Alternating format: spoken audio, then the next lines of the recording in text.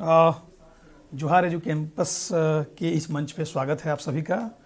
और पिछले क्लास में मैंने इंडियन पॉलिटी की चर्चा की थी और उसका पूरा का पूरा एक खाका मैंने बताया था कि कैसे इंडियन पॉलिटी का जो हिस्सा है झारखंड लोक सेवा आयोग के जो इंडियन पॉलिटी के 10 प्रश्न आएंगे उससे संबंधित मैंने एक खाका बताया था, पूरा का पूरा एक फ्रेमवर्क मैंने बताया था। आज उस फ्रेमवर्क की चर्चा करेंगे और उससे आगे ये देखेंगे कि इंडियन पॉलिटी में किस प्रकार से कौन सा हिस्सा जो सबसे महत्वपूर्ण हिस्सा है उस पर बात करेंगे। तो आज सबसे पहले भारतीय संविधान में जिस प्रकार से 10 प्रश्न आते हैं और जो 10 प्रश्न होते हैं उसमें से 4 जो प्रश्न हैं वो इंडियन पॉलिटी से, भारतीय संविधान के उन हिस्सों से जिसमें से 4 प्रश्न इंडियन पॉलिटी से है, उसमें से 4 प्रश्न जो हैं वो गुड गवर्नेंस से और पब्लिक एडमिनिस्ट्रेशन से हैं और 2 प्रश्न जो हैं वो आपके जो कि पंचायती राज है और नगर पालिका है उससे संबंधित प्रश्न आते हैं। तो ध्यान रहे आज जो 4 प्रश्न हैं जो इंडियन पॉलिटी का हिस्सा है, भारतीय संविधान का महत्वपूर्ण हिस्सा होगा, उसकी चर्चा करेंगे और उसमें ये देखेंगे कि प्रश्न कहाँ से बनते हैं। मैंने झारखंड लोक सेवा आयोग से संबंधित जितने भी पिछले के प्रश्न हैं आप लोग भी उसे देखिएगा कि कैसे प्रश्न बने हैं और अभी तक कैसे कैसे प्रश्न आए हैं। जिस प्रकार से बदलते वक्त में इंडियन पॉलिटी के बदलाव आ रहे हैं, जिस तरह से इंडियन पॉलिटी में नए अपडेटेशन है, बदलाव हो रहे हैं, उस अपडेट में, उस बदलाव में आप सबकी भागीदारी होनी चाहिए कि कैसे इंडियन पॉलिटी में उन हिस्सों को भी जोड़कर पढ़ें। जैसे इंडियन पॉलिटी में मैंने देखा था कि झारखंड लोक सेवा आयोग में सीधे ये प्रश्न आता है कि भारत के संविधान में कितनी अनुसूचियां हैं, कितने भाग हैं और कितने उसमें आर्टिकल्स हैं। तो ध्यान रहे कि सबसे पहले जो मूलभूत चीज़ें हैं, जो भारतीय संविधान के महत्वपूर्ण हिस्सों में मूलभूत चीज़ें कितनी हैं, क्या क्या उसके अनुसूचियों में है, कितनी उसके अलग अलग भाग में भाग क्या क्या हैं, पार्ट्स कौन कौन से हैं, उनका अध्ययन हम करेंगे।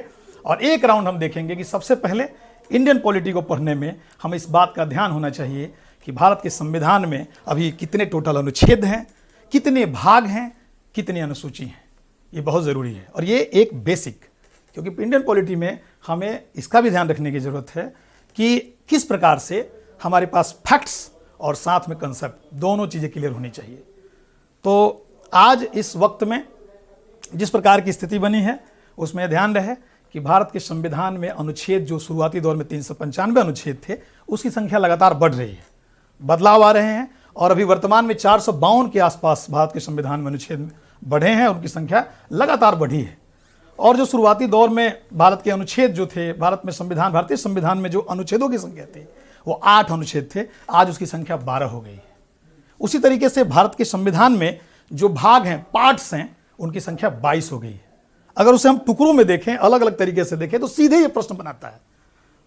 पूरे हिंदुस्तान में पीसीएस में झारखंड लोक सेवा आयोग के जो प्रश्न होते हैं इंडियन पॉलिटी में वो सीधे प्रश्न बनते हैं, एकदम फैक्चुअल्स। और ये भी ध्यान रहे कि कभी कभी जिस तरह से कंसेप्ट से संबंधित क्वेश्चंस बनाता है उन दोनों को मिलाकर चलना है आपको। तो सबसे पहले बेसिक जानकारी आपकी क्लियर होनी चाहिए कि भारतीय संविधान के उन मूलभूत जो एलिमेंट्स हैं, जो तत्व हैं, उनकी समझ कैसे होगी, क्या आधार होगा, इसको समझना बेहद जरूरी है। तो सबसे पहले ये देखेंगे कि भारत के संविधान में एक जानकारी के तहत कि भारत के संविधान में भाग जो हैं उनकी संख्या टोटल अभी इस भारतीय संविधान में 22 है।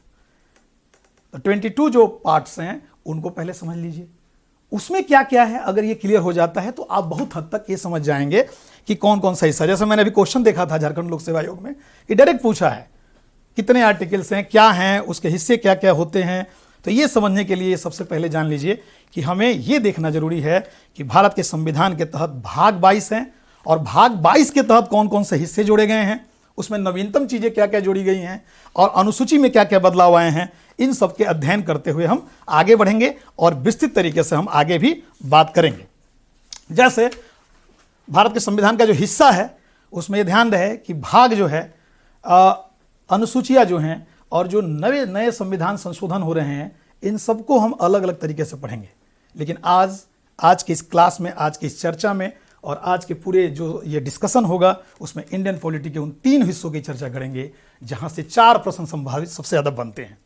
पहली बात ये देखेंगे कि भारत के फंडामेंटल राइट्स के कैसे, फंडामेंटल राइट्स में कौन कौन सा हिस्सा आता है, मौलिक अधिकार से संबंधित, डीपीएसपी से संबंधित, फंडामेंटल ड्यूटी से संबंधित और इसके साथ साथ प्रियम्बल। बहुत जरूरी है कि हमें प्रियम्बल की समझ होनी चाहिए। प्रियम्बल आधार तय करता है किसी भी भारतीय संविधान का जो आधार है वो प्रियम्बल का आधार है। कैसे भारत की प्रस्तावना में इसकी चर्चा की गई है कि कैसे संविधान को समझा जा सकता है, पूरे संविधान को हम उद्देशिका के दृष्टिकोण से देख सकते हैं। तो आज आप लोगों के बीच में भारत के संविधान में, इंडियन पॉलिटी में हम प्रियम्बल की चर्चा करेंगे और उद्देशिका की बात करेंगे। हमें जानते हैं कि किसी भी देश में, किसी भी देश का पूरा जो संवैधानिक ढांचा है, उसका पूरा जो आधार है, वो आधार आपका कहीं ना कहीं उसके प्रियम्बल में है। वही हाल भारत के संविधान के प्रियम्बल का भी देख लें। उस प्रियम्बल का आधार है, जैसे हमने देखा होगा कि सबसे पहले हम भारत के लोग की बात होती है, और हम भारत के लोग में वो सबसे पहला शब्द निहित है कि किस तरह से हम भारत के लोग, अपने आप में ये बताता है कि संविधान हम भारत के लोग से संबंधित है। पूरा आधार जो है वो हम भारत के लोग का वो आधार से तय करता है कि उसको कैसे समझा जा सकता है, किस प्रकार से देखा जा सकता है और क्या आधार होना चाहिए। इसलिए इंडियन पॉलिटी में सबसे पहले प्रियम्बल, और प्रियम्बल की खासियत क्या है, प्रियम्बल से प्रश्न कैसे आते हैं, झारखंड लोक सेवा आयोग प्रियम्बल से कैसे प्रश्न बनाता है, ये हमारा फोकस होगा। तो सबसे पहले प्रियम्बल को जानने से पहले ये जानना जरूरी है कि जो उद्देशिका है भारत के संविधान में, ये जो है ये पूरा का पूरा संविधान का निचोड़ है, उसकी मूल आत्मा है, और इसकी चर्चा हमेशा होती रही है। ये शुरुआत ही है कि हम भारत के लोग, और हम भारत के लोग भारत को संपूर्ण प्रभुत्व संपन्न समाजवादी पंथ निरपेक्ष लोकतंत्रात्मक गणराज्य बनाने के लिए, अर्थात उसके हर शब्द में कहीं ना कहीं प्रश्न छिपे हैं। कई बार तो शायद डायरेक्ट उससे प्रश्न बने हैं, और पूछता भी है कि भारत के संविधान में प्रियम्बल जो है उसमें कितनी बार समानता की चर्चा की गई है, कितनी बार भातृत्व की चर्चा की गई है, कितनी बार प्रस्तावना में न्याय की चर्चा की गई है, स्वतंत्रता की चर्चा की गई है, समानता, ये सब अलग अलग मुद्दे। जब तक आपको प्रियम्बल पूरी तरह से क्लियर नहीं होगा तब तक आप ये समझ नहीं पाएंगे कि उसमें पूरा उसका मूल बेस क्या है। इसलिए एक पॉलिटिकल साइंस के विद्यार्थी होने के नाते, और खास तौर से इंडियन पॉलिटी से जो प्रश्न आते हैं, उसकी जो मूल आत्मा है, जो उसका इंडियन पॉलिटी का जो हिस्सा होता है, मेन हिस्सा होता है, वो प्रस्तावना को बेहतर तरीके से आपको तैयार करना चाहिए। प्रस्तावना अगर आपने ठीक से तैयार कर लिया तो बहुत बेसिक स्तर पे जो क्वेश्चंस बनेंगे, डायरेक्ट यहाँ से ये प्रश्न बनते हैं और ये आप समझ सकते हैं। जैसे मैंने अभी बोला कि पूरा संविधान का मूल, एक निचोड़ और उसका आधार प्रियम्बल है। अब प्रियम्बल को समझने का आधार हमने बताया, और प्रियम्बल में जो शब्द हैं वो अगर प्रश्न आ जाता है डायरेक्ट तो उसको कैसे करेंगे। जैसे मैंने बोला कि हम भारत के लोग भारत को संपूर्ण प्रभुत्व संपन्न समाजवादी पंथ निरपेक्ष लोकतंत्रात्मक गणराज्य बनाने के लिए, और उनके समस्त नागरिकों को सामाजिक, आर्थिक, राजनीतिक, विचार, अभिव्यक्ति, विश्वास, धर्म, उपासना एवं प्रतिष्ठा के अवसर प्राप्त करने के लिए, ये लाइन जो मैं बोल रहा हूं ये आप लोगों के जबान पे होना चाहिए, क्योंकि प्रस्तावना से सीधे प्रश्न आते हैं। जेपीएससी का प्रश्न हो या भारत के किसी भी पीसीएस का हो, वहां से डायरेक्ट प्रश्न बनाता है। तो ये मूलभूत चीजें हैं। सामाजिक, आर्थिक और राजनीतिक न्याय की बात मैंने किया, तो पूछ दिया कि न्याय कितने प्रकार के होते हैं। अगर पूछ देता है कि समानता कितने प्रकार के हैं, स्वतंत्रता का कितने रूप के रूप हैं, प्रियम्बल में कहाँ कहाँ उसकी चर्चा की गई है, तो ये एकदम स्पष्ट होना चाहिए। और इसका आधार, एक बार अगर आपने प्रस्तावना को पढ़ लिया, एक बार उसको दिमाग में बैठा लिया, तो उससे प्रश्न जो बनेंगे वो सीधे आप समझ सकते हैं, क्योंकि वो हमारे संविधान का, वो हमारे पूरा ढांचा आधार है। इसलिए प्रियम्बल की समझ स्टूडेंट को होना चाहिए। और ख़ास तौर से जो इंडियन पॉलिटी में भारत ये सिलेबस जो बनाया गया है, उसमें 10 प्रश्न जो रहेंगे, उसमें से 10 प्रश्न से 4 प्रश्न डायरेक्ट वो भारतीय संविधान से होगा, और भारतीय संविधान में 4 प्रश्न में एक प्रश्न यहाँ से सीधे बना देता है। जैसे ये हमेशा उसका फेवरेट क्वेश्चन रहा है कि उसमें कौन नए शब्द जोड़े गए, कैसे उसमें नए नए शब्द आए।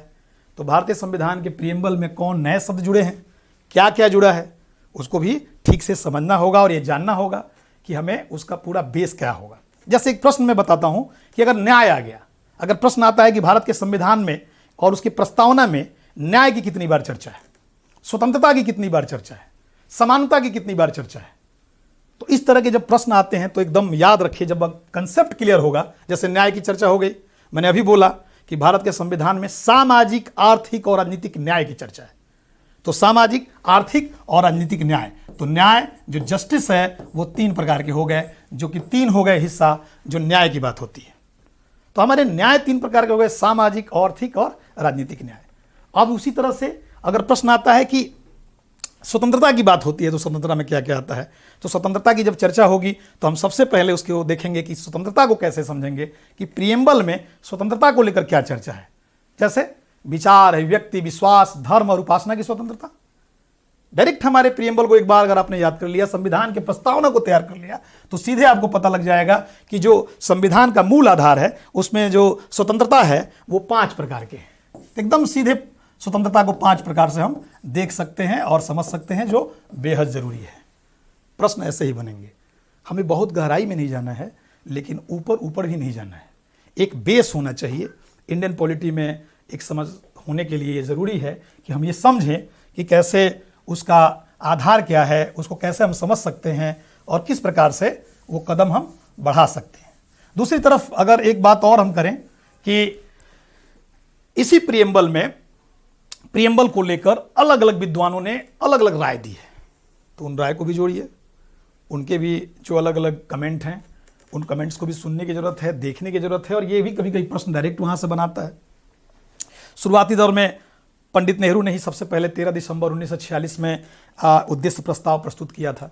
आप जानते हैं कि भारत के संविधान की जो रचना हुई उसकी सबसे पहले शुरुआती दौर में 9 दिसंबर 1946 में जो पहला जिसे कहते हैं कि पहली जो बैठक हुई, उस पहले संविधान संशोधन जो संविधान सभा की बैठक हुई, उसके पहले अध्यक्ष अस्थायी थे, सच्चिदानंद सिन्हा थे। तो 9 दिसंबर को सच्चिदानंद सिन्हा बने थे। 9 दिसंबर को याद रखिएगा, 9 दिसंबर 1946 को। देखिएगा ये तीन चीज़ें हैं बहुत महत्वपूर्ण। 9 दिसंबर 1946 में सबसे पहले संविधान सभा की बैठक हुई, उसमें अस्थायी अध्यक्ष के तौर पे सच्चिदानंद सिन्हा रहे। ठीक 2 दिन बाद 11 दिसंबर, ये 11 दिसंबर, ठीक 2 दिन बाद 11 दिसंबर 1946 में इसके अस्थायी अध्यक्ष बने संविधान सभा में राजेंद्र प्रसाद। और ठीक 9 दिसंबर, 11 दिसंबर और 13 दिसंबर 2 दिन बाद पुनः 1946 में 13 दिसंबर को पंडित नेहरू ने उद्देश्य प्रस्ताव पेश किया।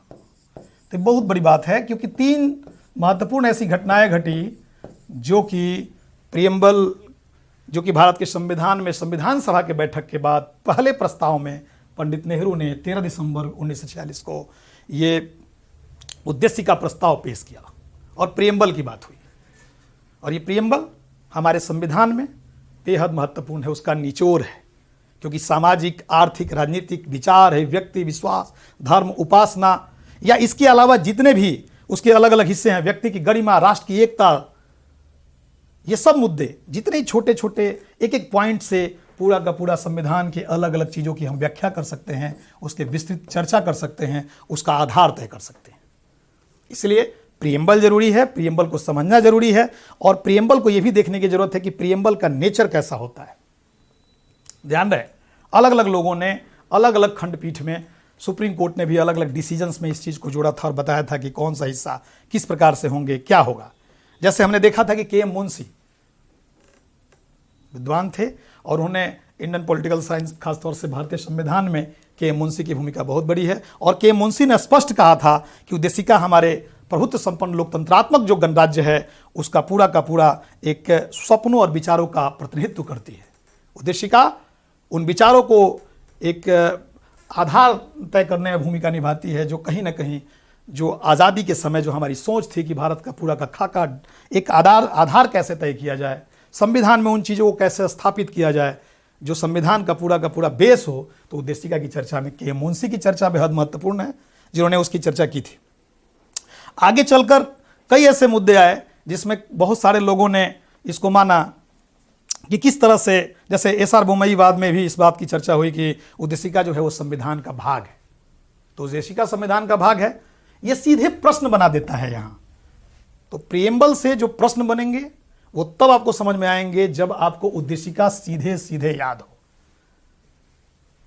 एक और बात, इसी का हिस्सा है जो नीचे का हिस्सा होता है, वो भी बहुत महत्वपूर्ण है। देखिए आप, उसका निचला जो हिस्सा है, जो हम पढ़ते हैं कि व्यक्ति की गरिमा और राष्ट्र की एकता और अखंडता को सुनिश्चित करने वाले और बंधुता को बढ़ाने वाले, जब उसकी चर्चा होती है, हम दृढ़ संकल्प होकर अपने इस संविधान सभा में 26 नवंबर 1949 को, ये डेट याद रहे 26 नवंबर 1949। ये डेट याद रहे कि 26 नवंबर 1949 को जो डेट है, ये उसमें हम क्या करते हैं, प्रियम्बल में प्रस्तावना को, उस प्रस्तावना को समझने में ये ध्यान रखना जरूरी है कि 26 नवंबर ये डेट बहुत महत्वपूर्ण है। और 26 नवंबर 1949 को संविधान को, 3 शब्द याद रखिएगा, अंगीकृत शब्द है, अंगीकृत, अंगीकृत, अधिनियमित, अधिनियमित, ये तीनों शब्द महत्वपूर्ण है, और आत्मार्पित। ध्यान रखिएगा, यह शब्द पूछता है, तो इस तरीके का जो प्रश्न आएगा उसमें पूछेगा, जो अंतिम शब्द है कि हम बंधुता बढ़ाने के लिए जो शब्द जोड़ा गया है कि संविधान को आज 26 नवंबर 1949 को अंगीकृत, अधिनियमित और आत्मार्पित करते हैं। पूरा प्रियम्बल प्रस्तावना में इन सब शब्दों के साथ आपको ध्यान रखना है, डेट को याद रखना है, और याद रहे कि कंसेप्ट के साथ फैक्ट्स एकदम क्लियर होना चाहिए। ये सब सिंपल और छोटे छोटे ऐसे ऐसे फैक्ट्स हैं जो हमेशा प्रश्न आते हैं, इससे प्रश्न बनाया जाता है, और इन प्रश्नों से ही जब आपको खोजना होता है कि इसमें उत्तर कौन होगा, तो ये ध्यान रहे कि प्रियम्बल को, प्रस्तावना को अगर एक बार आपने तैयार कर लिया तो पूरा आपका बेस तैयार हो जाता है, उसकी समझ विकसित हो जाती है कि किस तरह से आगे बढ़ना है। बहुत सारे लोगों ने उसमें, कई लोगों ने अपनी बातों को रखा, प्रियम्बल की चर्चा में प्रश्न बने। एक प्रश्न मैं देख रहा हूँ, जैसे जेपीएससी में सीधे पूछा है कि कौन सा हिस्सा, जैसे एक प्रश्न आया है कि किस हिस्सा को जोड़ा गया 42 अमेंडमेंट्स में, तो 42वें संविधान संशोधन 1976 के तहत इस प्रस्तावना में 1976 में इंदिरा गांधी ने 3 शब्दों को इसमें जोड़ा था। वो कौन कौन से शब्द हैं, ये ध्यान रखने की जरूरत है। तो समाजवाद की बात पहली बार आई थी, समाजवाद शब्द आया। समाजवादी जिसको बोलते हैं कि समाजवादी, पंथ निरपेक्ष और लोकतंत्रात्मक जैसे चर्चा जब हुई तो उसमें एक और शब्द था अखंडता की चर्चा हुई। तो सबसे पहले समाजवादी, दूसरा पंथ निरपेक्षता और तीसरा अखंडता। इन 3 शब्दों को भी ध्यान रखना है। भारत के संविधान के तहत प्रस्तावना में जो 42वां संविधान संशोधन हुआ 1976, और याद रहे कि 42वां संविधान संशोधन इंडियन पॉलिटिकल सिस्टम्स में, भारतीय जो ढांचा है, संवैधानिक ढांचा है, उसमें वो अपने आप में मिनी अमेंडमेंट था। पूरा का पूरा संविधान में जो बदलाव आए, सबसे ज़्यादा संशोधन 42 अमेंडमेंट्स 1976 के तहत हुआ था। वो दौर था श्रीमती गांधी का, श्रीमती इंदिरा गांधी देश की प्रधानमंत्री थी, और 42वां संविधान संशोधन के तहत बहुत सारे हिस्सों को जोड़ा गया था। उसी में ये 3 शब्द आया था जिसमें समाजवादी की बात हुई थी। एक ऐसा भारत का ढांचा हो जो समाजवादी हो, दूसरा पंथ निरपेक्ष शब्द की चर्चा थी।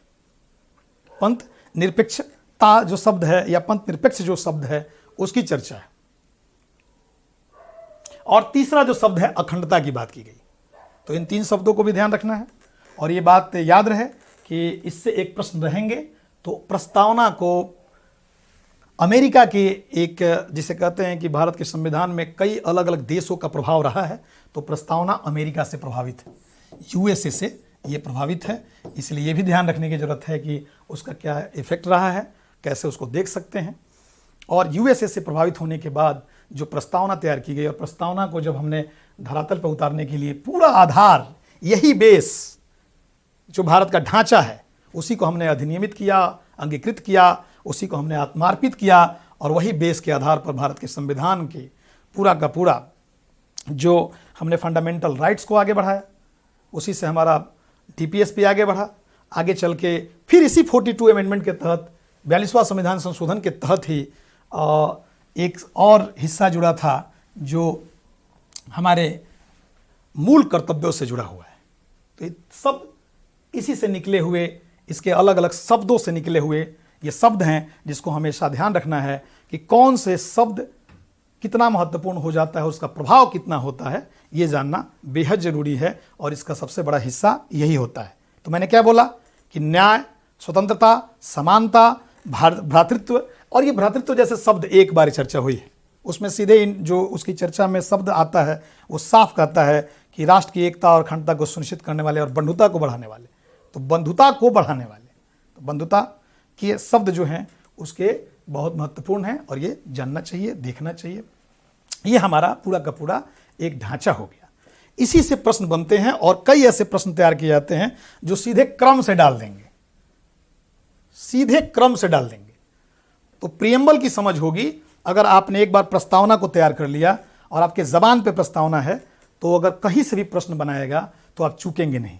जैसे एक बार प्रश्न आया था जो मैं देख रहा हूं कि प्रश्नों का मैंने पूरा का पूरा एक देखा है, विश्लेषण किया है कि कैसे प्रश्न आते हैं।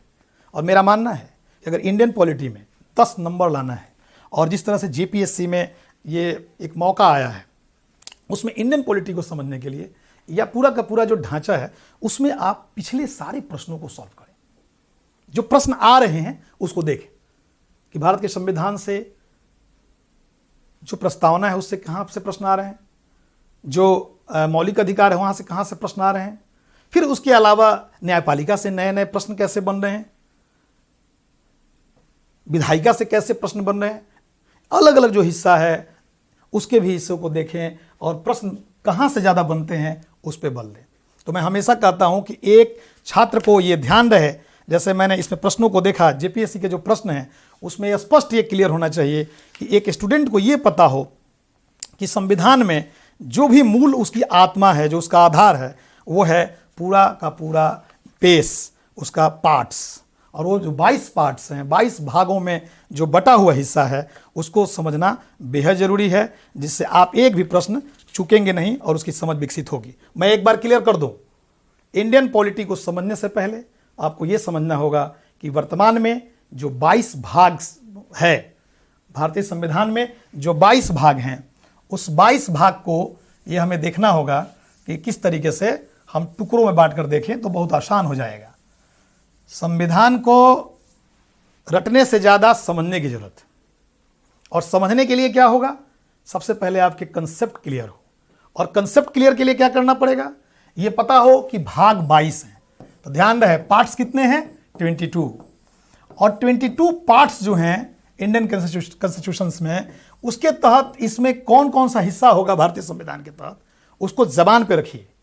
जैसे भाग 22 और भाग 22 के तहत हम लोग चर्चा जो कर रहे हैं, अभी जो शुरू करेंगे, अभी तो सिर्फ प्रियम्बल की बात किए हैं कि कैसे कैसे प्रियम्बल भारत के संविधान में आता है, उसका बेस क्या होता है और किस तरीके से हम समझ सकते हैं। तो उसको समझने के लिए ये बेहद ज़रूरी है कि हमें कौन सा काम आगे बढ़ाना है। उसमें देखिए, जैसे पहला भाग क्या है, तो भारत के संविधान के पहले भाग में ही ये चर्चा की गई है कि संघ और उसका राज्य क्षेत्र की बात। तो 22 भाग का पहला भाग पार्ट 1 जो है, उस पार्ट 1 में पहले भाग में स्पष्ट रूप से संघ और उसके राज्य क्षेत्र की चर्चा की गई। तो ये जान लीजिए, संघ राज्य क्षेत्र के तहत उसके जो भी अलग अलग आयाम हैं, उसके अंदर आपको जाके तैयारी करना है, पढ़ना है। तो पहला भाग संघ और राज्य क्षेत्र, भारत में संघ और राज्य क्षेत्र की चर्चा की गई है, उसमें यह ध्यान रहे इस चीज़ का। तो राज्य क्षेत्र की बात की गई है पहले भाग में। तो भाग तैयार होना चाहिए कि संविधान के तहत क्या होगा। भाग 2 में नागरिकता की चर्चा है, और नागरिकता के तहत प्रश्न आते हैं, कितने प्रकार से नागरिकता दी जाती है। तो नागरिकता से संबंधित प्रश्न को समझने से पहले यह समझ में आए कि भाग 22 भाग में दूसरा जो भाग है वो नागरिकता से संबंधित है।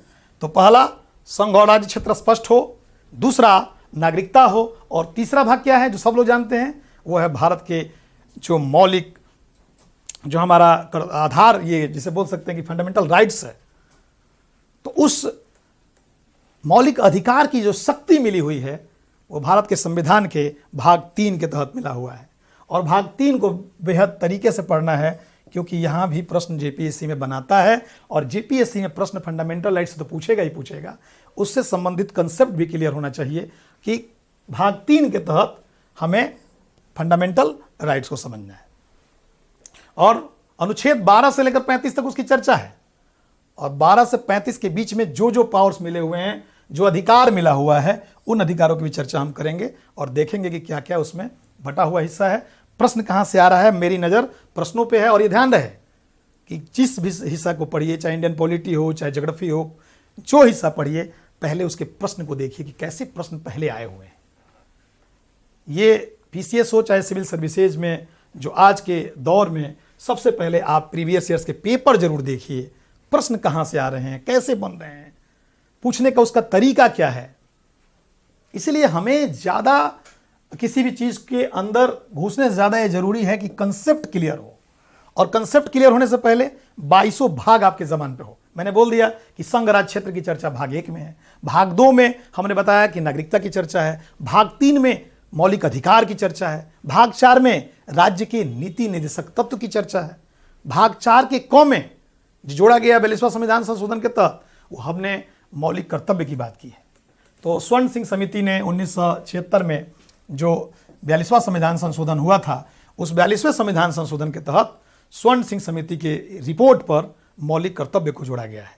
तो भाग 4 के तहत आता है, 4 क के तहत आता है।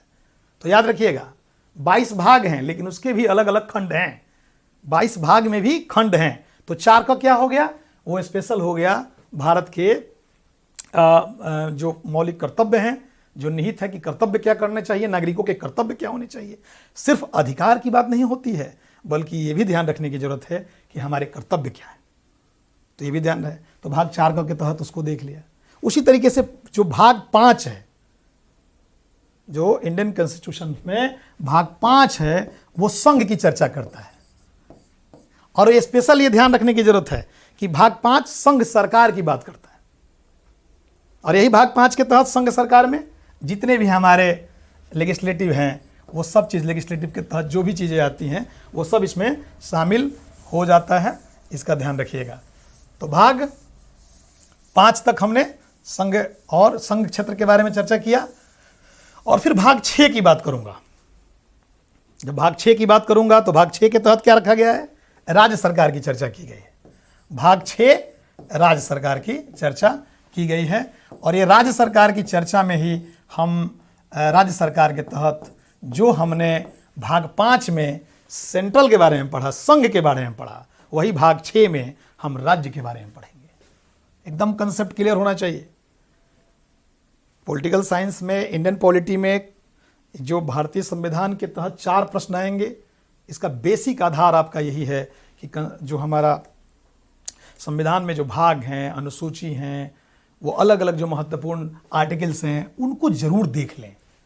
और ये उसका एक ही आधार है, आपको पार्ट्स वाइज प्रत्येक हिस्से को समझने के लिए पहले ये तो पता हो कि कौन क्या है।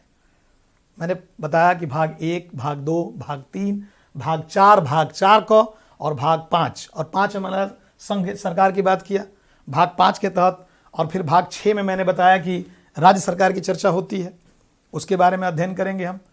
जो सेंट्रल के लिए भाग 5 में है, वही चीज़ें 6 में राज्य सरकार के लिए पढ़ना होता है, जो जानना जरूरी है। 7 को हमने निरसित कर दिया है। निरसित का अर्थ हुआ कि इसे हमने हटा दिया है। भाग 7 जो है वो भारतीय संविधान में भाग 7 नहीं है, ध्यान रखिएगा। भाग 7 को निरसित कर दिया गया है। निरसित करने का काम भाग 7 में। भाग 8 में इनसे बाद दोनों को मिला के संघ और राज्य क्षेत्र प्लस राज्य क्षेत्र, संघ और राज्य क्षेत्र की चर्चा भाग 8 में, जैसे यूटी की भी चर्चा, ये सब जो हिस्सा होगा संघ और राज्य क्षेत्र के तहत 8 में इसकी चर्चा की गई है। फिर उसी तरीके से ये नौवा जो भाग है, भाग 9 है, वो जो हम पढ़ेंगे आगे चल के, जो उसका हिस्सा होगा भाग 9 में, वो पंचायती राज से संबंधित है, जो हम इसी हिस्सा में इंडियन पॉलिटी में तीसरा हिस्सा के बारे में अध्ययन करेंगे और देखेंगे कि भाग 9 के तहत कैसे उसको जोड़ा गया। फिर भाग 9 क के तहत नगरपालिका की चर्चा की गई है। भाग 9 क के तहत नगरपालिका की चर्चा की गई, और नए जो संविधान संशोधन हुए हैं उसमें भाग 9 ख 9B जोड़ा गया है, और वो सहकारिता से संबंधित है। तो क्या क्या हुआ, पहले 9 में पंचायती राज, 9 क में नगरपालिका, और 9 ख में जिसे हम कहेंगे कि 9B में ये जोड़ा गया है सहकारिता। तो सहकारिता की चर्चा की गई है भाग 9 के ख में। तो भारतीय संविधान का पूरा जो बेस है, जो आधार है, वो हिस्सा जो है वो महत्वपूर्ण तौर पे हमारा हिस्सा होता है, जो कि देखा जा सकता है कि कैसे ये महत्वपूर्ण हिस्सा 3 हिस्सा हुआ, जो हम पढ़ेंगे अभी। 2 नंबर के प्रश्न आएंगे पंचायती राज और नगरपालिका से, उसके लिए हम अलग से पढ़ेंगे। लेकिन हमने बताया कि एक आधार तय होना चाहिए कि कैसे हमारा पूरा का पूरा जो बेस है भारत के जो संविधान में 22 भाग की चर्चा की गई है, उस 22 भाग का मैंने प्रत्येक हिस्सा की चर्चा में एक बार बता देता हूं। भाग 1 में मैंने पहले ही बोला कि संघ और उसके राज्य क्षेत्र की चर्चा पहले ही राउंड में की गई है। दूसरा जो है वो नागरिकता की चर्चा की गई है। तीसरे में फंडामेंटल राइट्स की चर्चा की गई है। चौथा में राज्य के नीति निर्देशक तत्व की चर्चा की गई है। 4 क स्पेशल स्वर्ण सिंह समिति रिपोर्ट के तहत जोड़ा गया जो फंडामेंटल ड्यूटी से संबंधित है। भाग 5 में हमने बताया कि किस प्रकार से हिस्सा संघ क्षेत्र संघ सरकार की बात हुई थी। उसी तरह से मैंने भाग 6 में राज्य सरकार की चर्चा की गई है। और भाग 7 को मैंने क्या बोला, वो हटा दिया गया है, निरसित कर दिया गया है, उसे हटा दिया गया है। भाग 9 में मैंने बोला कि पंचायती राज की चर्चा है, तो भाग 9 हो गया, पंचायती राज की बात हुई है जो हमें पढ़ना है। और झारखंड लोक सेवा आयोग ने स्पेशल इंडियन पॉलिटी के 10 जो प्रश्न आएंगे, उन 10 प्रश्नों में से 2 प्रश्न डायरेक्ट जोड़ दिया है पंचायती राज से और नगर पालिका से। मैंने पहले ही दिन इसकी चर्चा की थी और इसकी चर्चा में मैंने बताया था कि भारत के संविधान से भारतीय जो हमारा पूरा का पूरा इंडियन पॉलिटी है, भारतीय संविधान है, उसको 3 टुकड़ों में बांट के इसने हिस्सा बांट दिया है सिलेबस में। 10 प्रश्न रहेंगे पेपर 1 में। मैंने पहले ही चर्चा किया था कि पेपर 1 में 10 प्रश्न रहेंगे किससे, इंडियन पॉलिटी से। और इंडियन पॉलिटी के 10 प्रश्नों को भी 3 टुकड़ों में बांटा है, ये ध्यान रखिएगा। तो पहला 4 प्रश्न जो हैं वो भारतीय संविधान से हैं। तो संविधान से जो हम चर्चा कर रहे हैं और आगे भी करेंगे, ये शुरुआत है, क्लास का प्रारंभ है और बेसिक स्ट्रक्चर आपको तैयार होना चाहिए।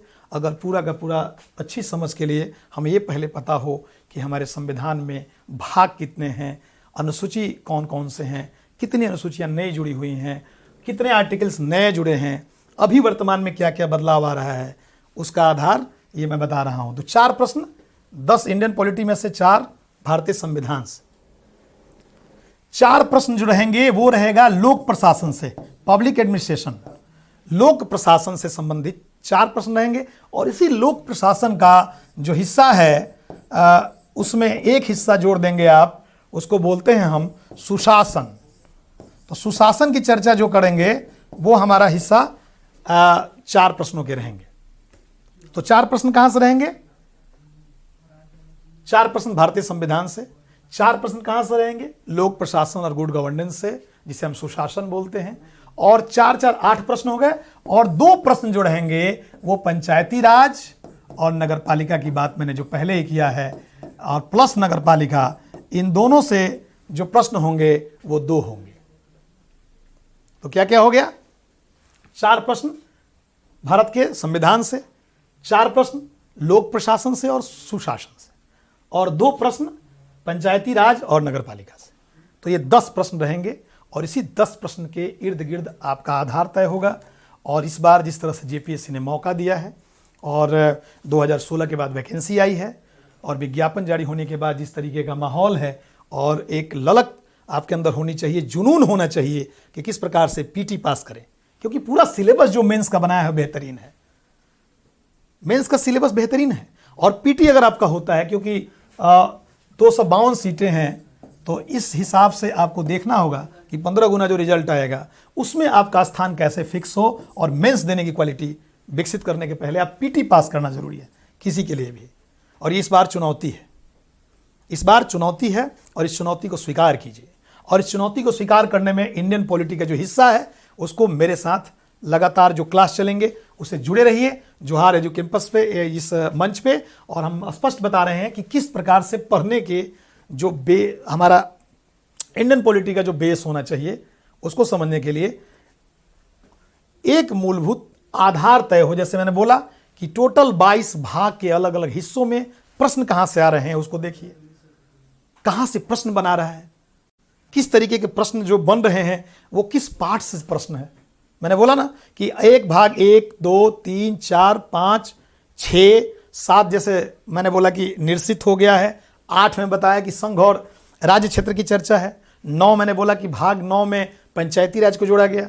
भाग 9 क में 9 के ए में नगर पालिका की चर्चा की गई। उसी तरह से 9B में कोऑपरेटिव सहकारिता की बात की गई। उसी तरह से भाग 10 जो है वो स्पष्ट रूप से अनुसूचित एवं जनजातीय क्षेत्र की चर्चा है, शेड्यूल्ड एंड ट्राइबल एरियाज। तो आपको शेड्यूल्ड और ट्राइबल एरिया से संबंधित भाग 9 में भाग 10 के तहत जो भारतीय संविधान के भाग 10 है वो किसके लिए है? अनुसूचित और जनजातीय क्षेत्र के लिए वो हिस्सा है, तो उसको भी आपको जानना होगा। स्पष्ट हो, क्लियर, एकदम क्लियर होना चाहिए। 22 भाग अलग अलग हिस्सों में स्पष्ट क्लियर होना चाहिए। उसी तरीके से भाग 11 में संघ और राज्यों के बीच जो संबंध हैं उसकी चर्चा है। भाग 12, तो भाग 12 के तहत हम क्या करेंगे? संघ और राज्यों के तहत जो चर्चा है उसके हिस्सा को हम देखेंगे कि किस तरह से संघ और राज्यों की चर्चा। ध्यान रखना है कि दोनों के हिस्से क्या क्या हैं। तो भाग 12 पे हम आ चुके हैं और भाग 12 में संघ और राज्य क्षेत्र की चर्चा होती है।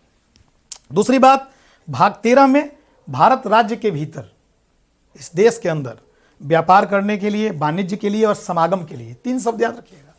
भाग 13 के तहत यह व्यवस्था की गई है कि भारत राज्य के भीतर व्यापार। भाग 13 के तहत क्या है व्यवस्था? ये बहुत महत्वपूर्ण है पार्ट। ये पार्ट जो 13 है ये व्यापार करने की बात करता है, ये समागम की बात करता है। तो क्या करता है? व्यापार की बात करता है, समागम की बात करता है और ये वाणिज्य की बात करता है। कॉमर्स, एक ट्रेड हो गया, एक कॉमर्स हो गया और एक आपका समागम होगा, मिलने का जो समागम है। ये छूट है कि भारत के किसी भी राज्य के भीतर व्यापार करने की छूट, आपके वाणिज्य के लिए और समागम के आधार तय करने का काम जो होगा वो भारत के संविधान के भाग 13 के तहत चर्चा की गई है।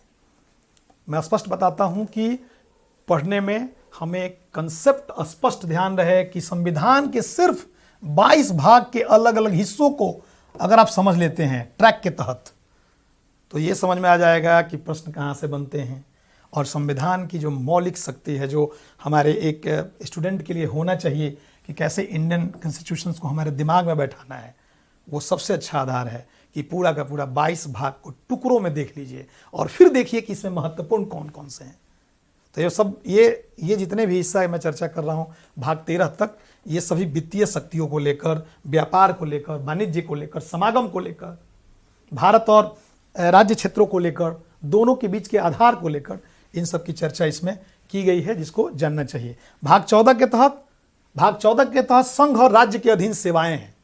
तो जो हम लोग संघ और राज्य के क्षेत्र के तहत अधीन जो सेवा है, जो सब लोगों को मौका मिला हुआ है, जितने भी संघ लोक सेवा आयोग से संबंधित, अखिल भारतीय सेवा संबंधित या जो भी पीसीएस के तहत जो अधिकारी बन रहे हैं, ये सेवाएं जो हैं वो स्पेशल भाग 14 के तहत संघ और राज्य के अधीन सेवाओं को जोड़ा गया है। तो ये भी महत्वपूर्ण है, इसको भी ध्यान रखने की जरूरत है और कूल होकर पढ़ना है, क्योंकि अभी जो समय है 2 मई को इसका डेट आ चुका है। तो ये मई में जब परीक्षा होगी तो जो समय बचा है इसमें पेपर 1 के जो 10 नंबर हैं और पेपर 1 के जो हिस्से हैं उसमें 90 नंबर जो हैं वो जीएस है और फिर इसमें से 10 नंबर जेपी झारखंड के लिए है। तो जो 90 में 10 है जो स्पेशल पॉलिटी से संबंधित है, उसके लिए पिछले साल के सही पेपर प्रश्नों को देखिए। दूसरा जो बता रहा हूँ तरीका, उस तरीकों को फॉलो कीजिए। प्रत्येक पार्ट्स को देखिए, अलग अलग भाग में क्या क्या है, कौन कौन से आर्टिकल्स हैं, एक बार जरूर देखिए। जहाँ से प्रश्न आ रहे हैं उसको समझिए। ये बेसिक है, अगर बेसिक समझ में नहीं आता तो इंडियन पॉलिटी की समझ विकसित नहीं होगी, क्योंकि इंडियन पॉलिटी का पूरा आधार जो है भारतीय संविधान में हमारा पूरा का पूरा कितने पार्ट्स में बटा हुआ है, कितने शेड्यूल अलग अलग हैं और अनुसूचित जो अनुसूचियां हैं उन अनुसूची में क्या क्या है उसकी चर्चा बाद में करेंगे। उसके पहले जो क्वेश्चंस जो बनते हैं ये सीधे के सीधे स्पष्ट तरीके से आपको समझ में आने लगेगा। तो मैंने भाग 14 के तहत क्या बताया, संघ और राज्य क्षेत्र के अधीन जो सेवाएं हैं उन लोगों को भाग 14 में रखा गया है। उसी तरह से एक नया जोड़ा गया है भाग 14 का क, ये स्पेशल है और ये जो है भाग 14 का जो क जोड़ा गया है, 14A जो जोड़ा गया है पार्ट, यही सब थोड़ा अलग है। जैसे 1, 2 से लेकर 22 तक नहीं है, कैसे हो गया, 9 का A, 9 का B और 14 का A, ये सब धीरे धीरे जुड़ते गए और इसके तहत इसमें ट्रिब्यूनल की बात की गई, इसी से कैट बना, ये ट्रिब्यूनल की बात है। भाग 14 के क में ये अधिकरण है, ये ट्रिब्यूनल है और इसके तहत जोड़ा गया, कैट भी बना, ये सब आगे जुड़ा है। भाग 14 के क में अधिकरण की चर्चा की गई है और ये स्पेशल जोड़ा गया है जो आगे चल के देखा जाएगा। उसी तरह से भाग 15, 15, इस 15 को तो आप लोग जानते ही होंगे कि इसमें निर्वाचन की बात, इलेक्शन की बात की गई है। तो निर्वाचन आयोग, उसके पावर, कौन कौन सी उसकी शक्तियां हैं, और हमेशा इससे भी प्रश्न रहेगा निर्वाचन आयोग की क्या स्थिति है, राज्य निर्वाचन आयोग की भूमिका क्या है, नियुक्ति कौन करता है मुख्य चुनाव आयुक्त की, इसके तहत कितने मेंबर हैं, कब से 3 सदस्यीय हो गया, टीएन सेशन की भागीदारी 90 के दशक में और अभी वर्तमान में क्या स्थिति है, और किस तरीके से चुनाव में निर्वाचन आयोग की भूमिका में क्या क्या बदलाव आए हैं। तो वो प्रश्न, एक बात स्पष्ट है कि अगर इंडियन पॉलिटी में अगर ये सब चीज़ें क्लियर रहती हैं तो मेंस में आपको फ़ायदा होगा, क्योंकि इंडियन पॉलिटी का जो मेंस का हिस्सा है वो पूरा का पूरा जो बेस है, फिर आपको गुड गवर्नेंस वहाँ पढ़ना है, पब्लिक एड वहाँ पढ़ना है, और फिर आपको भारतीय संविधान की समझ विकसित करना होगा, और प्रश्न जो बनते हैं वो पूरा का पूरा आधार जो है वो करेंट अपडेट से जुड़ेगा। तो अगर आपकी समझ विकसित होती है तो निश्चित रूप से आप उत्तर भी लिख सकते हैं। आपको उत्तर लिखने का प्रैक्टिस वो फ्यूचर की बात है, पहले आप लोग पीटीए फोकस कीजिए कि अभी इस दौर में किस प्रकार से इसको निकालना है। मैं जो प्रश्न भी देख रहा हूँ मेरे सामने है, कई झारखंड से जो प्रश्न आ रहे हैं उससे हम जोड़ के चल रहे हैं कि आपको भी ध्यान रहे। फिर उसी तरह से भाग 15 में निर्वाचन की चर्चा की गई है। उसी तरह से भाग 16 भी चर्चित है, कुछ वर्गों के लिए विशेष उपबंध की व्यवस्था की गई है भाग 16 में। तो विशेष उपबंध जो हैं, जो स्पेशल प्रोविजंस की व्यवस्था की गई है, उसको भी ध्यान रखना चाहिए और ये बहुत महत्वपूर्ण हिस्सा हो जाता है। तो भाग 16 में हम आ गए। ये 16 जो है विशेष उपबंध है और ये विशेष उपबंध बेहद महत्वपूर्ण है, और विशेष उपबंध के तहत कुछ वर्गों के संबंध में विशेष उपबंध। उसी तरीके से भाग 17 में राजभाषा की बात की गई है, और 17 में राजभाषा की बात की गई है। तो राजभाषा भाग इसमें की गई है बात, भाग 17, ये 17 भाग जो है ये भी महत्वपूर्ण है कि इसमें राजभाषा है। और राजभाषा के तहत क्या है बात महत्वपूर्ण, राजभाषा के तहत हम देखेंगे कि कितनी भाषाएं, टोटल जो भाषा हैं वो कितनी भारत में अनुसूचित भाषाएं हैं, और ये अनुसूचित भाषाओं की संख्या कैसे कैसे बढ़ी हैं। 22 जो भाषाएं हैं उसमें कौन सी भाषा अंतिम भाषाओं में रही जो अनुसूचित रही है, शेड्यूल्ड लैंग्वेज में किसको डाला गया है, क्या कोई ऐसी भाषा है जो झारखंड से है, ये भी देख लेना है। भारत में अंतिम जो MBDS जुड़ा था, जिसको मैथिली, बोडो, डोंगरी और संथाली कहते हैं, डोगरी और संथाली कहते हैं, तो MBDS के तहत जो 4 जुड़े वो भारत के किस आर्टिकल के तहत, अमेंडमेंट के तहत जुड़ा MBDS, तो कैसे 92वां संविधान संशोधन हुआ और उसके तहत MBDS को जोड़ा गया। शुरुआती दौर में कैसे उसकी संख्या 14 थी, धीरे धीरे संख्या बढ़ के कैसे 22 हो गई। तो भारत के संविधान में जो भाषाएं हैं, राजभाषा की चर्चा की गई है, वो स्पेशल हमें 17 के तहत देखना है। 18 बहुत महत्वपूर्ण है, आपात उपबंध, इमरजेंसी की चर्चा जहाँ की जाती है वो भाग 18 में है। तो भाग 18 के तहत भी ये ध्यान रखना है कि आपात की चर्चा, इमरजेंसी की चर्चा है। और आपात इमरजेंसी के तहत जब पढ़ेंगे आप तो देखना होगा कि अभी की इस वर्तमान दौर में आपात उपबंध से जो प्रश्न आते हैं वो 352, 356 और 360 के तहत कहाँ से प्रश्न आता है। 356 की आज क्या स्थिति है, तो 352 आर्टिकल के तहत, 356 के तहत, 352 के तहत और 360। और 360 क्या भारत में अभी तक कभी लागू हुआ है कि नहीं हुआ है?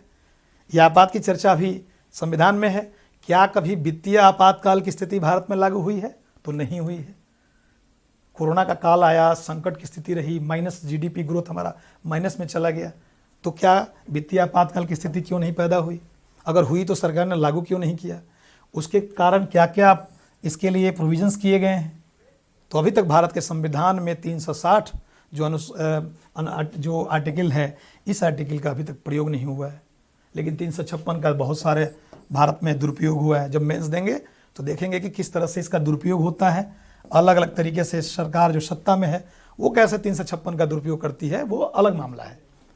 और 352 हुआ है, जब भी 352 भी कंट्रोवर्शियल रहा है। 352 के तहत भी कई ऐसे मुद्दे आए हैं जिसके तहत प्रश्न उठे हैं। जैसे पहले जो बाह्य आक्रमण रहा, आज जो सशस्त्र विद्रोह की चर्चा हुई थी, बहुत सारे बदलाव इसमें, जैसे इसके तहत चेंजिंग लाया गया। और 352 के तहत जो संशोधन हुए उसमें ऐसे चीज़ों को जोड़ा गया कि अब इसे आप लागू नहीं कर सकते हैं। जैसे आंतरिक आपातकाल की चर्चा, ये शब्द है आंतरिक आपातकाल। ये इंटरनल इमरजेंसी की बात श्रीमती गांधी ने जब किया था और 1975 में बोला कि इंटरनल प्रॉब्लम आ गया है और उसके कारण मैं 352 का प्रयोग करने जा रही हूँ, श्रीमती गांधी ने कहा, इंदिरा गांधी ने। तो उस समय इसकी में बहुत ज़्यादा आलोचना हुई और इस इमरजेंसी के कारण श्रीमती गांधी की जो छवि थी या भारतीय राजनीति में वो आपातकाल 75 का निश्चित रूप से एक काला अध्याय माना जाता है।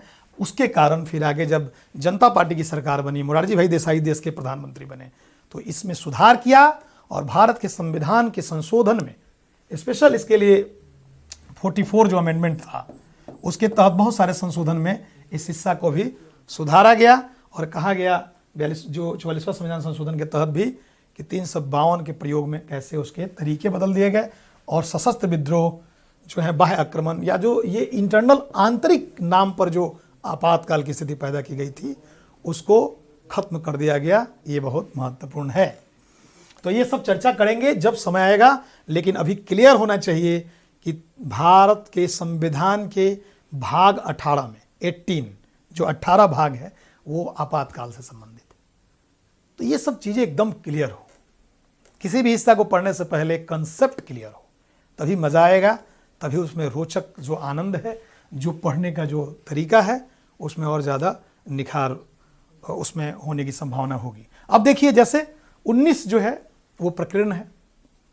19 के तहत बहुत सारे चीज़ों को प्रकीर्ण में रखा गया है, तो ये ध्यान रखना है।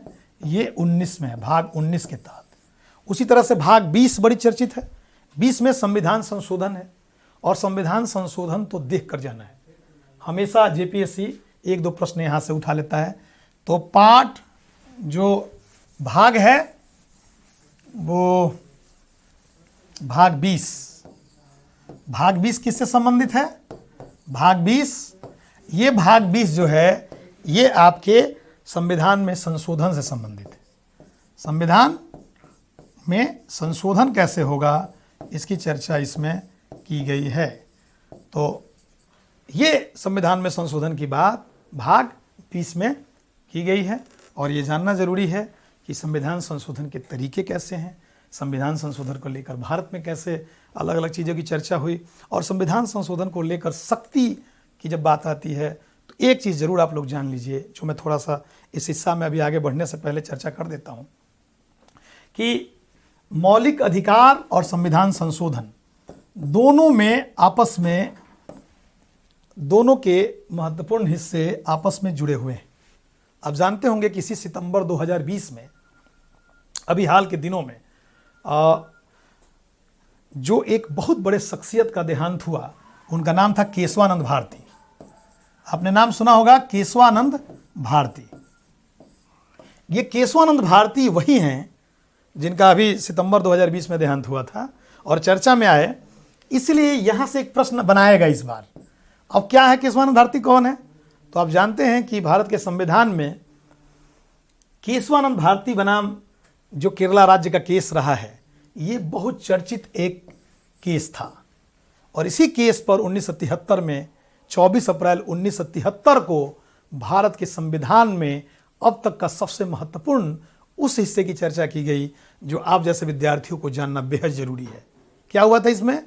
आपको पता है कि भारत के संविधान में कुछ महत्वपूर्ण वाद बहुत महत्वपूर्ण है, जैसे केशवानंद भारती वाद 1973, लेकिन उसके पहले भी कई ऐसी घटनाएं घटी हैं जिसको आपको बताता हूं। एक मुझे लगता है कि मैं आप लोगों को 3-4 वाद बताता हूं जो जानना चाहिए, उसका ड्यूरेशन जानना चाहिए और कौन से फैसले रहे हैं जो संविधान संशोधन को लेकर, फंडामेंटल राइट्स को लेकर चर्चा में क्या क्या कहा है, उसकी मैं एक झलक बताता हूं आप लोगों को।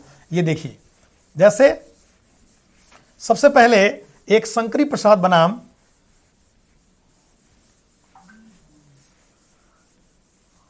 भारत सरकार का केस आता है, उनका नाम है शंकरी प्रसाद। तो याद रखिएगा, एक शंकरी प्रसाद के केस है जो 1951 का मामला है, 1950-51 का मामला है शंकरी प्रसाद का। इन शंकरी प्रसाद के मामले में स्पष्ट रूप से माना गया है, जब चर्चा इस बात की हो रही थी कि क्या भारत का जो संसद है, भारत की जो सरकार है, वो भारत के संविधान के तहत जो हमारे फंडामेंटल राइट्स हैं या जो हमारे मौलिक अधिकार हैं, वो कहां कहां तक सुधार कर सकती है, क्या क्या अमेंडमेंट कर सकती है।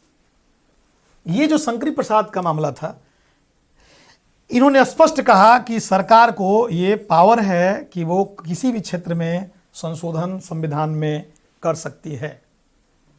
ये सरकार सत्ता के पास ये शक्ति है कि संविधान में संशोधन करने के प्रावधान, और ये ताकत किसको मिला हुआ है?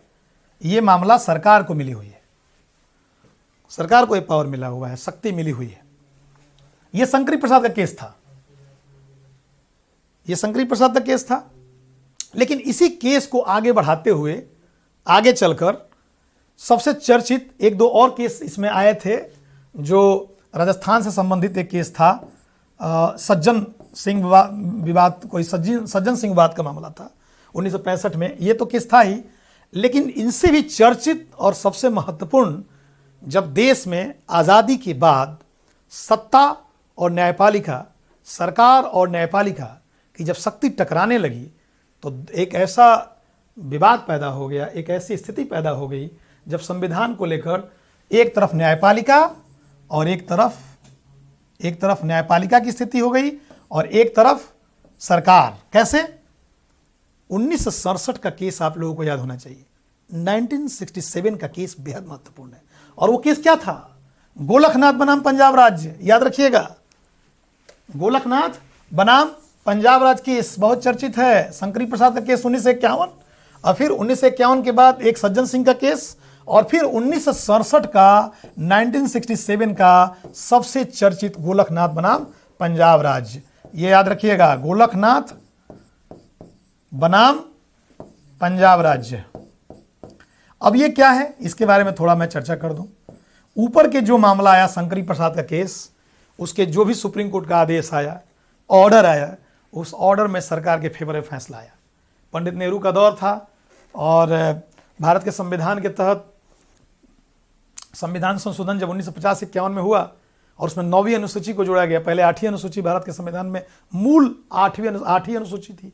उस 8वीं अनुसूची के बाद एक 9वीं अनुसूची जोड़ी गई और 9वीं अनुसूची के तहत ये व्यवस्था किया गया कि सरकार 9वीं अनुसूची के तहत कोई कानून बनाकर अगर 9th शेड्यूल में डाल देता है तो सुप्रीम कोर्ट उसमें न्यायिक समीक्षा नहीं करेगा। ये बात थी और इसके कारण बहुत सारे मामले इसमें आए। इसके अलावा भी बहुत सारे मामले आए फंडामेंटल राइट्स को लेकर कि संविधान में संशोधन, जो भारत के मौलिक अधिकार की जो शक्ति मिली है, क्या उसमें भी सुधार हो सकता है, संशोधन हो सकता है। तो गोलकनाथ बनाम पंजाब राज्य की पहली बार इस मामले में सुप्रीम कोर्ट ने, श्रीमती गांधी, उस समय इंदिरा गांधी देश की प्रधानमंत्री थी 67 में, और उस वक्त में गोलकनाथ बनाम पंजाब राज्य में उस समय 11 जजों की खंडपीठ थी। 11 जज थे। इन जजों ने, 11 जो जज थे, उन लोगों की खंडपीठ ने स्पष्ट रूप से कहा कि भारत सरकार जो हमारे फंडामेंटल राइट्स हैं या जो सब कुछ में पूरा का पूरा संविधान में बदलाव या संशोधन करने की उसकी शक्ति है, वो नहीं कर सकती है। अर्थात सरकार के खिलाफ ये फैसला था गोलकनाथ बनाम पंजाब राज्य। ये सब 368 जो हम बता रहे थे भाग 20 के तहत संविधान में संशोधन की शक्ति मिली हुई है, उसमें ये केस बेहद महत्वपूर्ण है। गोलकनाथ बनाम पंजाब राज्य स्पष्ट कहा कि आप संशोधन नहीं कर सकते हैं 1967 में। और इस फैसला के बाद श्रीमती इंदिरा गांधी और एक तरफ और दूसरी तरफ उस समय की जो न्यायपालिका की स्थिति थी, टकराहट की स्थिति पैदा हो गई। लेकिन यही आगे चलकर एक और मामला आता है 1967 के बाद, जो अब तक के भारत के इतिहास में भारतीय संविधान में जो व्यापक बदलाव का जो आज नज़ारा देख रहे हैं, जो लगातार बदलाव देख रहे हैं, और पूरे संविधान में जो मूल उसकी आत्मा है, उसकी चर्चा सबसे पहले वही जो केस आया, उसी केस के जो चर्चा मैं बता रहा था, केशवानंद भारती बनाम केरल राज्य 1973।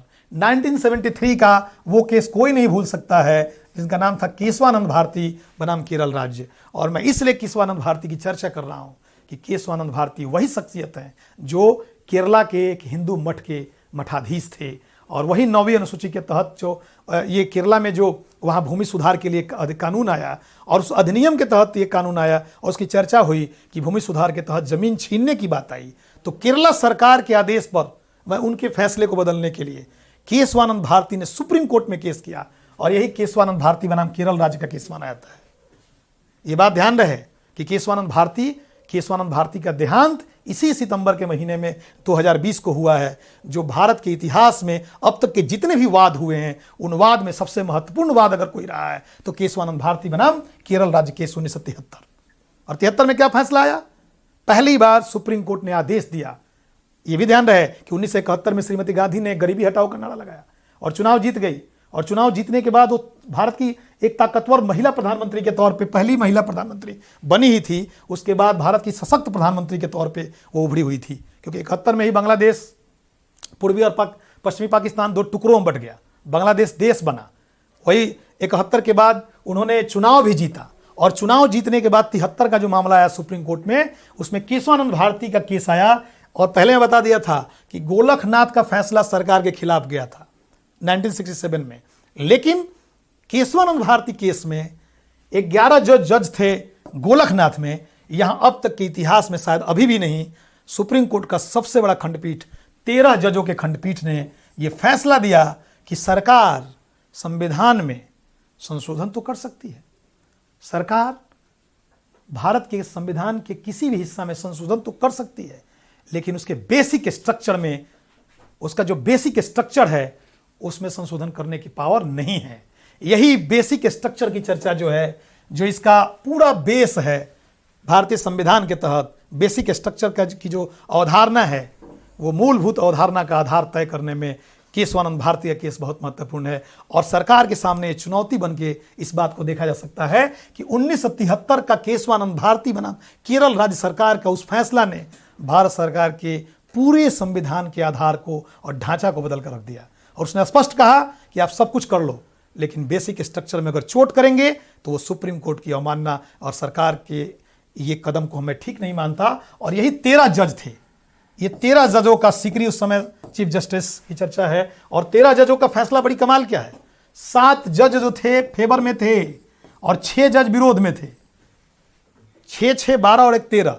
7 जजों ने कहा कि बेसिक स्ट्रक्चर में छेड़छाड़ करने की शक्ति, संविधान में बदलाव करने की शक्ति सरकार को नहीं है, और 6 जजों ने कहा कि कर सकता है। लेकिन बहुमत का आधार तय हुआ, और इस आधार पर यह घोषित किया गया कि केशवानंद भारती बनाम केरल राज्य में यह केस मील का पत्थर साबित हुआ भारत के संविधान में। और 73वां संविधान संशोधन के तहत इस बात की चर्चा हुई स्पष्ट रूप से कि संवैधानिक संशोधन में बेसिक स्ट्रक्चर में बदलाव नहीं हो सकता। और बेसिक स्ट्रक्चर क्या है भाई? बेसिक स्ट्रक्चर क्या हो सकता है?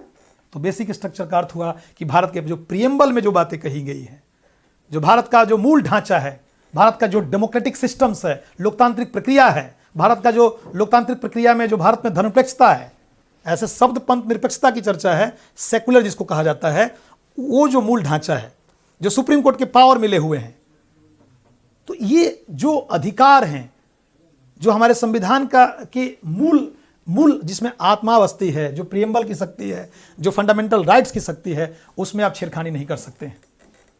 ये ध्यान रखने की बात है।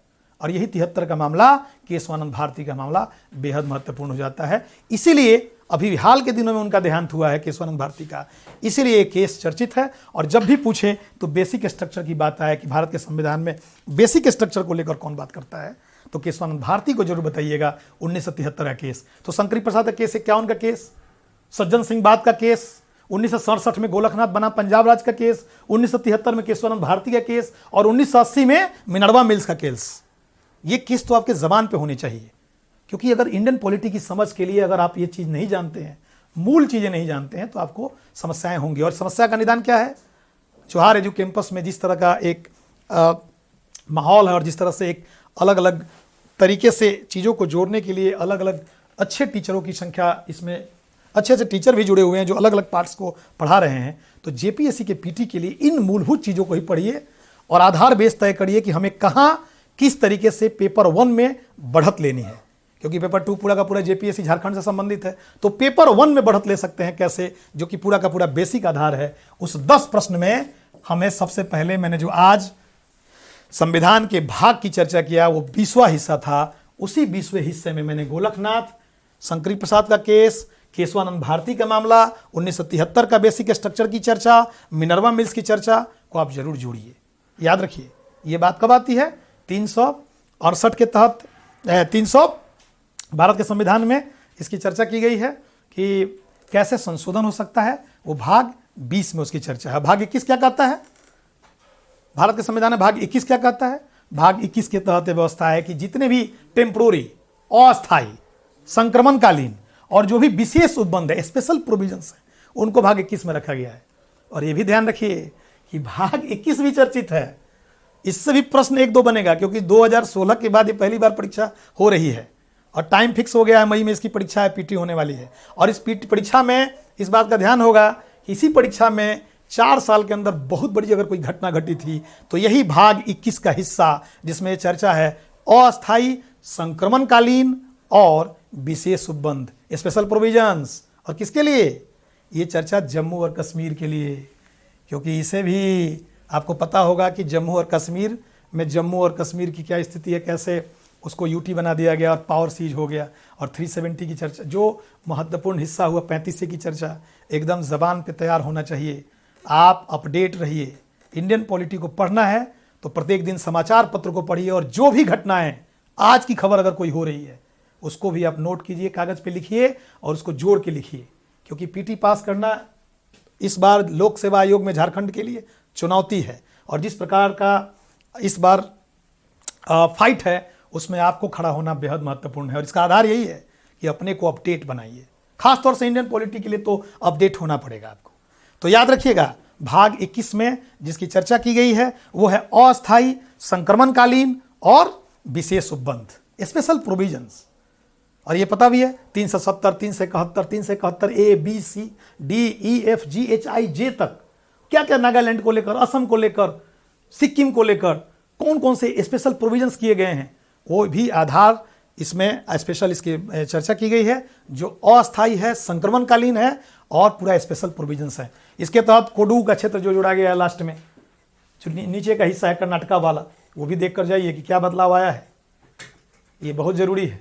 और संविधान संशोधन के तहत मैंने जो अभी चर्चा किया बेसिक स्ट्रक्चर को लेकर फंडामेंटल राइट से जोड़कर, उसी में ये भी देख कर जाइए कि अभी तक के संविधान संशोधन में कितने बदलाव हुए हैं। इसकी चर्चा मैं करूंगा अगले क्लास में। लास्ट अमेंडमेंट कौन है, उस अमेंडमेंट के तहत 2-3 महत्वपूर्ण कौन कौन से मामले आए हैं, उसकी भी चर्चा हम करेंगे अगले क्लास में। और देखेंगे कि अभी तक का कौन कौन सा जो न्यू ट्रेंड्स में बदलाव आए हैं उसको कैसे हम संविधान संशोधन के तहत पढ़ेंगे और जानेंगे। और अंतिम हिस्सा जो है, जो जिससे प्रश्न बनता भी है और थोड़ा बहुत इसको जानना चाहिए कि जितने भी संक्षिप्त नाम हैं, प्रारंभ है, हिंदी के लिए जो प्राधिकृत पाठ है और जितने भी निरसन है, डेमोलिश खत्म कर दिया गया है, उनको भारत के संविधान के भाग 22 के तहत रखा। क्लियर? आज मैंने उन हिस्सों को पूरा का पूरा संविधान के उन आधार की चर्चा मैंने कर दिया, बेस की चर्चा कर दिया, जिसको सबसे पहले आपको जानना चाहिए। और ये मैं एक आधार दिया हूँ, आपका काम है कि इसको देख लें, एक बार समझ लें कि कौन कौन से हिस्सा में भाग 1 से लेकर भाग 22 तक, और उसके तहत जो अलग अलग पॉइंट हैं उनके पॉइंट में कौन कौन सा हिस्सा जुड़ता है, क्या क्या आपको जानना चाहिए। ये बेहद महत्वपूर्ण हिस्सा हो जाता है जो आपको बेहद मजबूत बनाएगा, और ये आधार भी तय करता है कि कैसे कैसे उसको समझना चाहिए, जो हमारे लिए बेहद महत्वपूर्ण होता है और ये जानना भी आपके लिए ज़रूरी है। दूसरी बात कि इसी संविधान के हिस्सा में जो हमने आज चर्चा किया है उसमें सबसे बेसिक स्ट्रक्चर में भाग 11, 12, 13 का जो हिस्सा था विवाद को लेकर, जिसमें वाणिज्य व्यापार समागम को लेकर, उससे भी जेपीएससी में बहुत सारे प्रश्न बनते हैं, तो उसको भी आप करके जाइएगा और ये देख कर जाइएगा तो आपको सीधे डायरेक्ट उसका फ़ायदा मिलेगा और वो फ़ायदा आपको दिखेगा। तो आज की चर्चा में मैंने टोटल 22 भाग, प्रियम्बल में मैंने बताया कि कैसे प्रियम्बल में ये चर्चा की है कि पूरा आपको प्रियम्बल याद होना चाहिए। अगर इंडियन पॉलिटी की थोड़ी भी अगर अच्छी समझ के लिए प्रियम्बल याद हो, जैसे मैंने पहले ही बोला था प्रियम्बल के बारे में कि एक प्रियम्बल आपके दिमाग में हो, हम भारत के लोग भारत को संपूर्ण प्रभुत्व संपन्न समाजवादी पंथ निरपेक्ष लोकतंत्रात्मक गणराज्य बनाने के लिए और उनके समस्त नागरिकों को सामाजिक, आर्थिक, राजनीतिक न्याय, विचार, व्यक्ति, विश्वास, धर्म, उपासना, प्रतिष्ठा के अवसर प्राप्त करने के लिए, समस्त नागरिकों में सामाजिक एकता और अखंडता को सुनिश्चित करने वाले बंधुता को बढ़ाने के लिए आज 26 नवंबर 1949 को संविधान को अंगीकृत, अधिनियमित और आत्मार्पित करते हैं। एकदम याद हो आपको, अगर इंडियन पॉलिटी और भारतीय संविधान की समझ विकसित करना चाहते हैं तो आपको प्रियम्बल याद होना चाहिए। अगर ये याद रहता है तो आप क्रम से बता देंगे। जैसे क्वेश्चंस लगातार आईएएस से लेकर जेपीएससी में जो प्रश्न आते हैं उसमें सीधे पूछता है कि पहले कौन शुरू कहाँ से होता है, कितने न्याय हैं, जस्टिस मैंने पहले ही चर्चा कर दिया है, कितने प्रकार के न्याय हैं, स्वतंत्रता की चर्चा कितनी है। अगर आपको याद होगा तभी तो आप बताएंगे। विचार, अभिव्यक्ति, विश्वास, धर्म, उपासना की स्वतंत्रता, 5 तो ऐसे ही हो गए। न्याय कितने हो गए? आर्थिक, सामाजिक, आर्थिक और राजनीतिक न्याय। कैसे हमें सोशल जस्टिस होना चाहिए, कैसे इकोनॉमिक जस्टिस हमको मिलना चाहिए, कैसे पॉलिटिकल जस्टिस मिलना चाहिए, सामाजिक, आर्थिक और राजनीतिक न्याय की चर्चा कैसे होती है, तो एकदम प्रस्तावना को तैयार किया। इसीलिए मैंने जो एक बड़े स्तर पे मैंने कैनवास पर आधार खींचा कि भारत के संविधान में प्रियम्बल का हिस्सा हो, चाहे भारत के संविधान में जितने भाग हैं उनकी जो मैंने चर्चा की है, एकदम क्लियर। ये आपके लिए फायदेमंद होगा क्योंकि आपको आज के इस वक्त में कंसेप्ट के साथ साथ फैक्ट्स, अगर आपका कंसेप्ट ठीक है तो फैक्ट्स कहीं भी आप पकड़ने में पीछे नहीं रहेंगे। इसलिए ज़रूरी है ये समझना कि बदलते वक्त में इंडियन पॉलिटी में कैसे अपने को ट्रेंड में कैसे अपडेट रखें, कैसे आगे बढ़ें और किस प्रकार से आगे बढ़ने का अधिकार तय करें। और एक बात और, फंडामेंटल राइट्स में ज़्यादा दिमाग नहीं लगाना। फंडामेंटल राइट्स के तहत 12 से लेकर 35 आर्टिकल के तहत जो भी आर्टिकुलेट होता है उसको जबान पर रखिए। आपको एकदम जबान पे होना चाहिए कि जो अधिकार मिले हैं 12 से 35 के तहत उसके 6 जो हिस्से हैं उनको 6 हिस्सों को कैसे कैसे टुकड़ों में बांट लेना है। मैंने पहले ही कहा है कि फंडामेंटल राइट्स के उन हिस्सों को देखने में जैसे समानता का अधिकार, स्वतंत्रता का अधिकार, विचार, शोषण के विरुद्ध अधिकार जो हमारा मिला हुआ है, धर्म की स्वतंत्रता जो है, या फिर संस्कृति और शिक्षा से संबंधित जो स्वतंत्रता है, और अंतिम जो महत्वपूर्ण है वो है संवैधानिक उपचारों का अधिकार। और संवैधानिक उपचारों का अधिकार भारत के संविधान के भाग 32 में जो जोड़ा गया है, किस तरह से रीट पिटीशन करने की पावर जो लोगों को बंदी प्रत्यक्षीकरण की शक्ति मिली हुई है, कैसे आपको परमादेश है, प्रतिषेध है, अधिकार परीक्षा है, उत्प्रेषण है, इसको भी देखिए क्योंकि अभी हाल के दिनों में जो पीसीएस अन्य हैं, अदर जो राज्यों में पीसीएस के पेपर हो रहे हैं उसमें सीधे ये क्वेश्चंस पूछता है परमादेश से प्रेम फेसी क्या हो सकता है, बस कॉर्पस, ये क्वेश्चंस डायरेक्ट आ रहे हैं। तो फंडामेंटल राइट्स के जो आर्टिकल 12 से लेकर 35 के बीच में समानता का अधिकार, स्वतंत्रता का अधिकार, शोषण के विरुद्ध अधिकार, संवैधानिक ये धर्म की स्वतंत्रता का अधिकार, या फिर संस्कृति और शिक्षा का अधिकार, ये सब एकदम जबान। 32 के तहत यहाँ अधिकार सुप्रीम कोर्ट में रीट का है और 226 के तहत आपको राज्य के स्तर पर भी पावर मिला हुआ है। दोनों की पावर जो है, उनकी जो शक्तियाँ हैं, उनको समझना भी ज़रूरी है, जो हमारे लिए बेहद महत्वपूर्ण होगा। दूसरी बात, भारत के संविधान में फंडामेंटल राइट्स की बात जोड़ने की बात, जब भी फंडामेंटल राइट्स की बात आएगी तो इसके लिए भी अमेरिका का नाम याद रखना है। जब भी इसकी चर्चा होगी ध्यान रखिएगा कि फंडामेंटल राइट्स भारत में अमेरिका का प्रभाव है, मौलिक अधिकार की शक्ति अमेरिका का प्रभाव है। लेकिन जब दूसरी तरफ हम फंडामेंटल ड्यूटीज की बात करेंगे तो डायरेक्ट कहाँ आ जाएंगे? फंडामेंटल ड्यूटीज का किस पे अधिकार है, मैंने कहाँ से हमने उठाया उस चीज़ को? तो हमने रूस से, सोवियत संघ से। तो फंडामेंटल राइट्स हमने अमेरिका से लिया और फंडामेंटल ड्यूटीज हमने रसिया से लिया और राज्य के नीति तत्व हमने आयरलैंड से लिया। तो ये भी छोटी छोटी बातों को जो आप पढ़ते हैं शुरू से, ये भी जानना जरूरी है कि कैसे इनके अधिकारों की चर्चा है, किस प्रकार से इनके पावर्स बटे हुए हैं, कैसे इनको देखना चाहिए, किस प्रकार से फंडामेंटल राइट्स के अलग अलग बिल के तौर पे चर्चा की जाती है। कहा भी जाता है कि भारत का जो संविधान है वो मौलिक अधिकारों की तुलना में अमेरिका के अधिकार बिल से इसकी तुलना की जाती है। तो अमेरिका के अधिकार बिल से इसकी चर्चा है। न्यायपालिका की शक्ति जो है फंडामेंटल राइट्स के तहत इतनी ज़्यादा इसके विस्तार, इतना ज़्यादा इसका विस्तार हुआ है कि अब फंडामेंटल राइट्स में क्या क्या जोड़ा गया है इसका अंदाज़ा लगाना भी मुश्किल। सुप्रीम कोर्ट ने सबसे ज़्यादा बदलाव फंडामेंटल राइट्स को ही लेकर किया है और ये शक्ति इतनी बढ़ा दिया है कि आपको भारत के संविधान के जो 19 वाक और अभिव्यक्ति की स्वतंत्रता की चर्चा 19 के तहत है, उसके तहत कई ऐसे हिस्सों को जोड़ा गया है।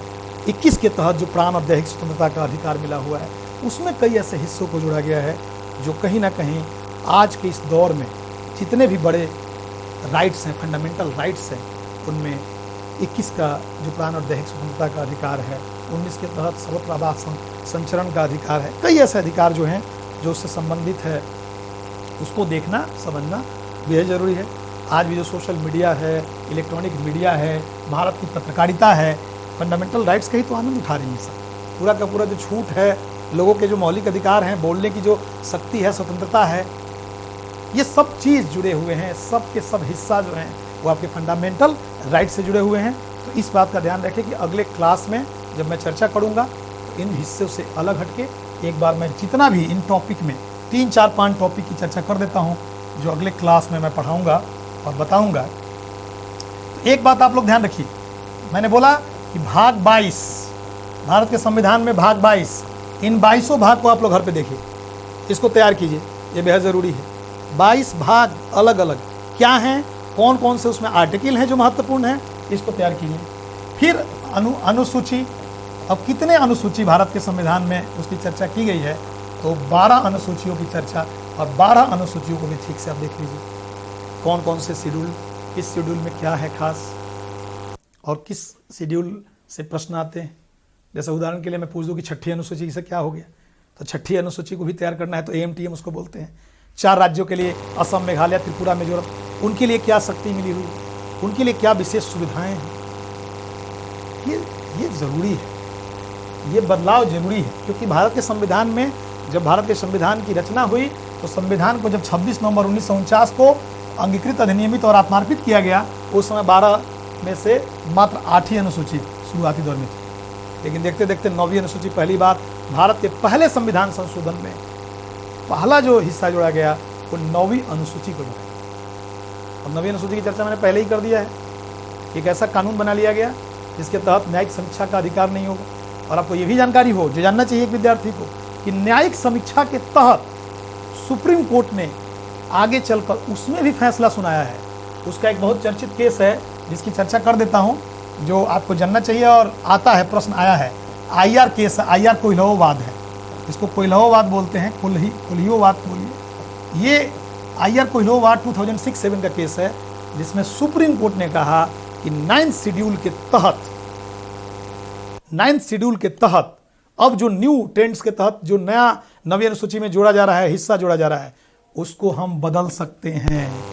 आप मनमर्जी नहीं कर सकते किसी हिस्सा को जोड़कर, तो उसमें हम बदलाव करने की शक्ति कोइलहोवाद के तहत जोड़ा गया है। इसलिए अगर कोई कहता है कि 9th शेड्यूल में सुधार नहीं हो सकता है, ये बात नहीं है। अब सुप्रीम कोर्ट न्यायिक समीक्षा के दायरे में उनको भी रख दिया है, खासतौर से 70-75 के दशक के बाद जो भी बदलाव आए। अभी तक जैसे 284 मामला उसमें रखे गए हैं, उन 284 में कुछ हिस्सा जो 1973-74 से पहले के हैं उन पे तो विचार नहीं होगा, लेकिन उसके बाद जितने भी हुए हैं अभी तक संशोधन, जैसे रिजर्वेशन को लेकर, यह बहुत ऐसे मामला हैं जिसको उठाकर हमने डाल दिया 9वीं अनुसूची में, जिस पे सुप्रीम कोर्ट में कोई जा नहीं सकता अपने राइट्स के लिए।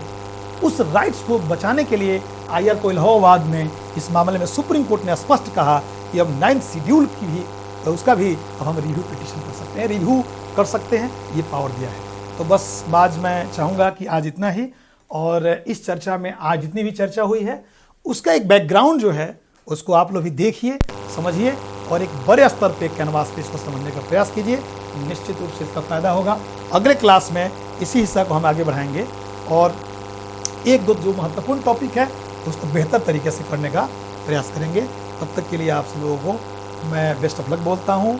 मेहनत कीजिए, जोहार एडू कैंपस से जुड़े रहिए और लगातार प्रयासरत रहिए, और इस बार जीवटता के साथ, पूरी शक्ति के साथ प्रयास कीजिए कि इस बार अपने को PT में रिजल्ट निकालिए, क्योंकि बहुत अच्छा मौका है, शानदार मौका है। मेंस लिखने का मौका मिलेगा, और अगर मेंस लिखेंगे तब पता लगेगा कि इंडियन पॉलिटी की शक्ति कैसे अपडेट होना चाहिए। इसी के साथ आज के लिए धन्यवाद आप सबका। Thank you.